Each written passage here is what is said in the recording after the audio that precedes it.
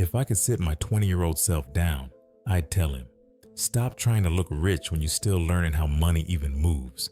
Back then, we thought success was a pair of shoes and a picture with the car clean.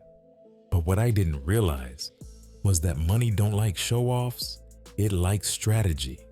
Nobody told us your 20s ain't about flexing. They about foundation. It's the decade where every dollar is a soldier, and you either send them to work or you waste them in battle. I'd tell him, every dollar you don't direct will find its own way to disappear.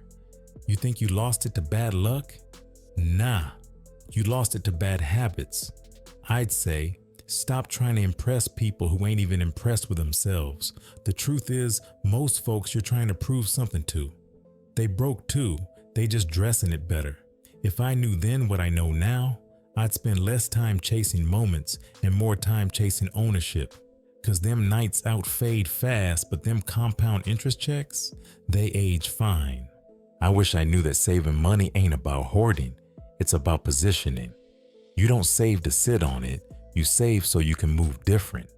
Back then, I thought the goal was to make more, but what I should have been learning was how to keep more.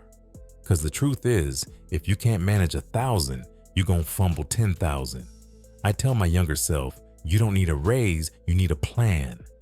Write down what you make, what you owe, and what you actually keep. Cause if it don't make it to your savings, it don't count.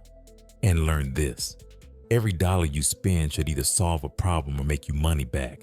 If it don't do one of those two, it's just a distraction and a receipt. And bruh, stop thinking you got time. The best time to start was yesterday. The next best time is right now. Compound interest don't care about your excuses. It rewards your consistency. Now, if I could go back, I'd tell that young man to pay attention to where his peace goes, not just his paycheck. Cause peace of mind is part of wealth. And if your money always costs you peace, that's a bad deal. I'd tell him, every time you get paid, pay yourself first. Even if it's just 10%, it ain't about the amount, it's about the order. You can't build overflow from leftovers. And listen, stop letting other folks' highlight reels make you rush your process. That BMW they post in probably belonged to the bank.